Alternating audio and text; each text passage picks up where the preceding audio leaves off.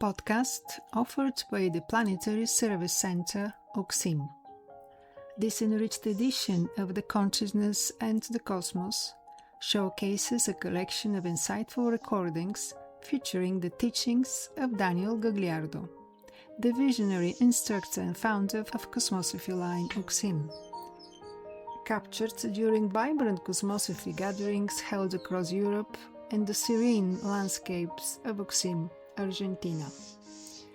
This current planetary instruction offered by Daniel Gagliardo take the listeners into a realm of deep understanding and cosmic exploration.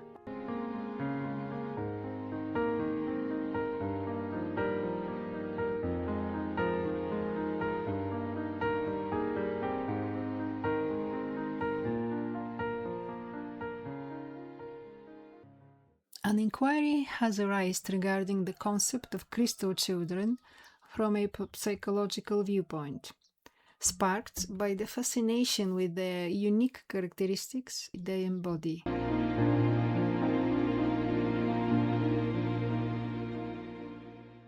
As parents, we have a responsibility to ensure our children are not spoiled. Looking back to the Spartans, at the age of 7, a Spartan boy was taken from his family and raised by the state. This means that from age 7 to 14 or 15, they underwent rigorous training. However, the training did not stop at the age of 14 or 15. It culminated in a challenging test where the boys were left alone in cold, isolated territories with no food, armed only with a spear or a dagger, and they had to learn to survive. They could not return until a specific time had passed. Many of us who view this culture as brutal recognize that it represents a way of living that possesses a kind of integrity and equilibrium that we may never fully comprehend. This culture is part of the broader evolutionary journey of the human civilization on the planet.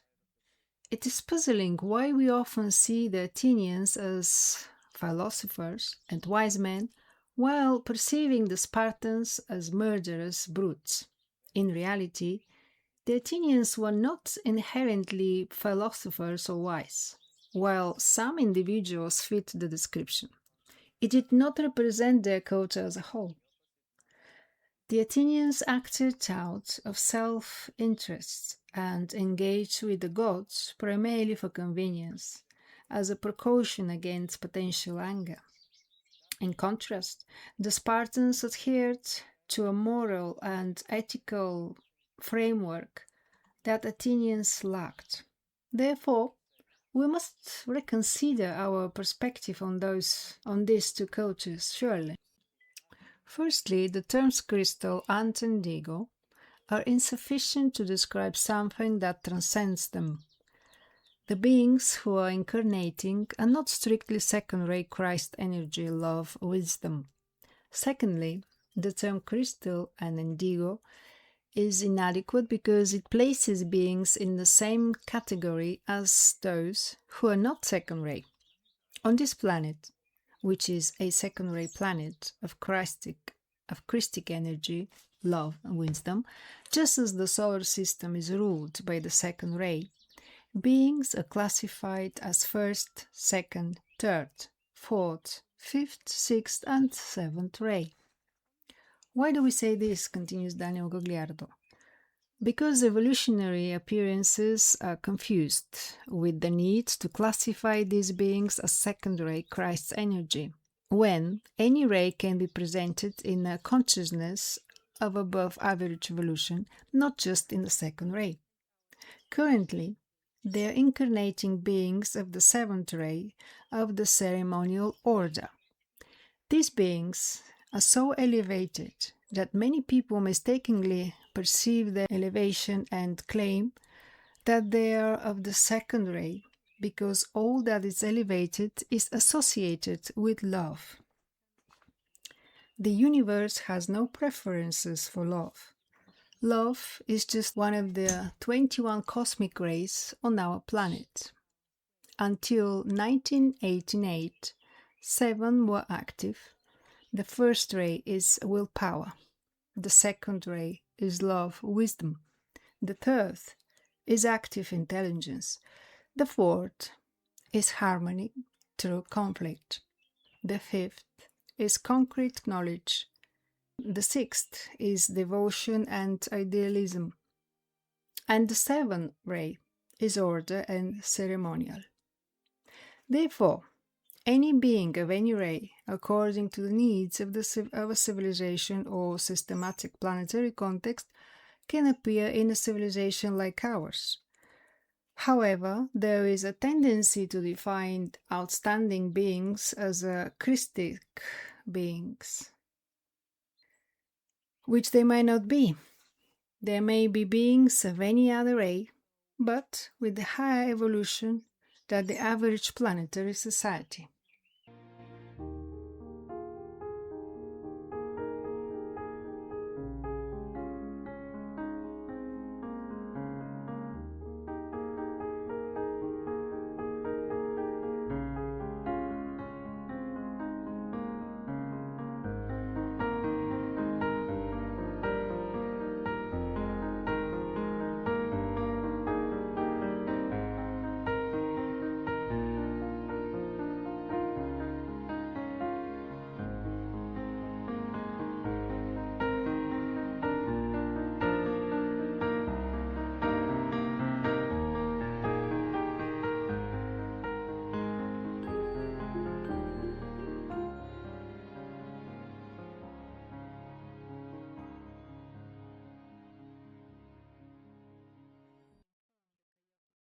This universe doesn't have a preference for love. Love is one of the 21 cosmic rays presented on our planet. Out of this, 12 are active, and until 1988, only 7 were in operation. The first ray represents willpower. The second ray represents love, wisdom. The third, active intelligence. The fourth ray, harmony through conflict. The fifth, concrete knowledge. The seventh ray, devotion and idealism. And the sixth ray, devotion and idealism, and the seventh, order and ceremony. Any being, regardless of their ray, can emerge in a civilization like ours based on the needs of society or the planetary context. However, there is a tendency to label exceptional beings as Christic beings. It is important to note that such beings may not actually be Christic. They could belong to any other ray, but possess a higher level of evolution compared to the average members of our planetary society.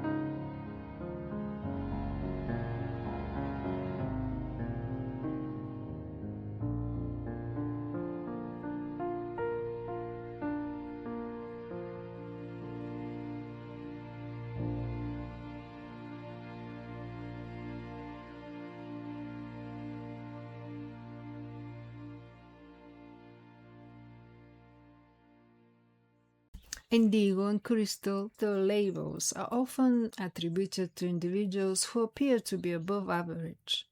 However, these labels can sometimes be mistakenly placed on those who are not necessarily above average, but have been significantly overstimulated as children due to exposure to computers, television, and other stimuli that the previous generation did not experience. The phenomena is becoming increasingly common, so how can we truly determine if someone is genuinely above average? Analyzing or comparing them is not the answer. Instead, the key lies in using our intuition. To receive accurate information about who is truly exceptional, your intuitive channel must be opened and functioning well.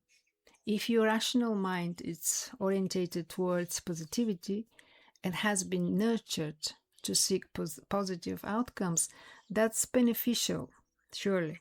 It's always better to focus on the positive rather than the negative. However, these methods will not truly help you discern who is who. Only if a being has a smooth, genuine, and minimally interfered or non-interfered intuition will be able to receive information about whether another being fits a certain description. During this period of planetary transition, we see many people who casually label others. For example, they might say, "This is a being of light, this person is a Pleiadian," or "This one is from Sirius." Such classifications have become quite common.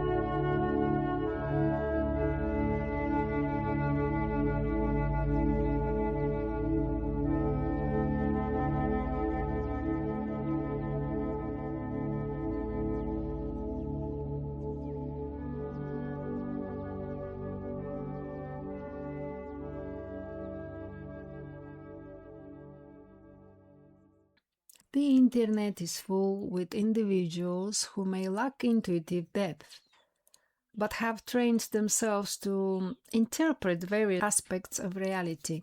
We recognize that defining these nuances of reality can be quite complex.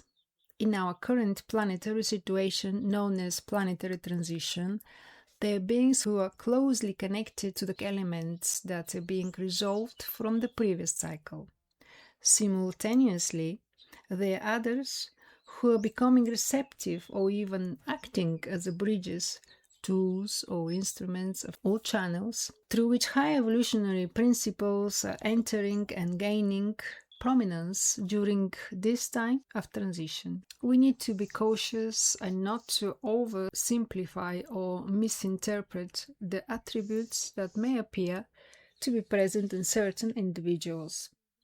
This includes not only young people, as these traits are not exclusive to youth.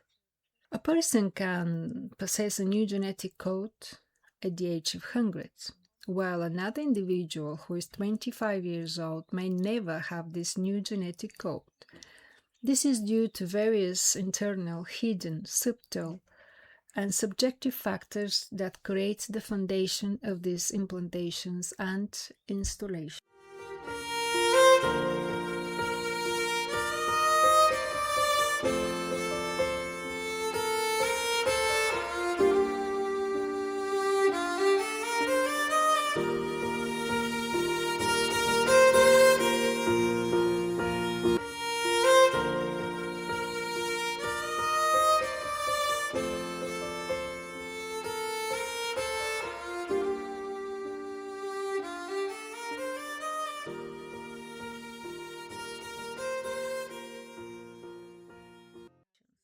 Without spiritual maturity, there can be no emotional maturity. The progress we believe we have made is often more fantasy than reality. We can overcome challenges because life has its own mechanism. The hierarchies we refer to as cosmic ships provide guidance. It is up to us to attune to that guidance and to put it into practice. If we receive instruction but fail to apply it, we become mere theoreticians accumulating knowledge without action. This tendency is one of humanity's most significant shortcomings. So much knowledge exists that, if it isn't put into practice, it becomes impossible to apply. It is not only about the emotional body. It is about the personality starting to respond to the inner life. We have an inner principle, which is the one that supplies the whole process of the energetic inflow so that we can do the corresponding evolutionary practice or rehearsal here. That concept is referred to as an inner consciousness, inner self, inner instructor, higher self, soul, monada, or divine consciousness. Regardless of the name used, as many designations have been attributed to it throughout the human history.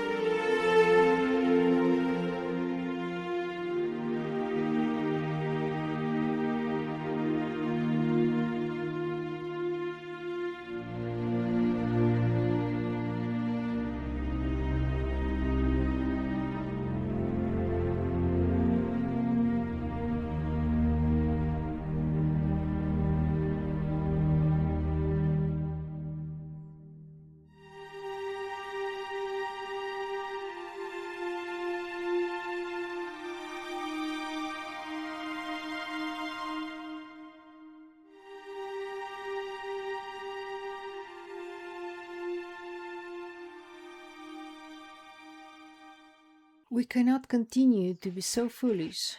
How can we allow these who are misinformed or misguided to hold the keys and secrets of cosmic life and how it interacts with our planet's situation? We can be quite foolish when hierarchies keep so much information completely hidden from people like us.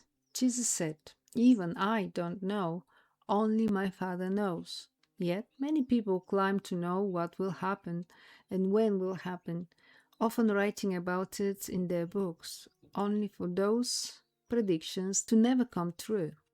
Humanity has been pursuing external goals, much like a donkey chasing a carrot for thousands of years.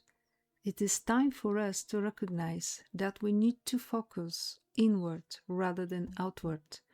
We often give attention to distractions that don't truly deserve it. Anything that doesn't lead you to your own inner guide is not beneficial. Let it pass by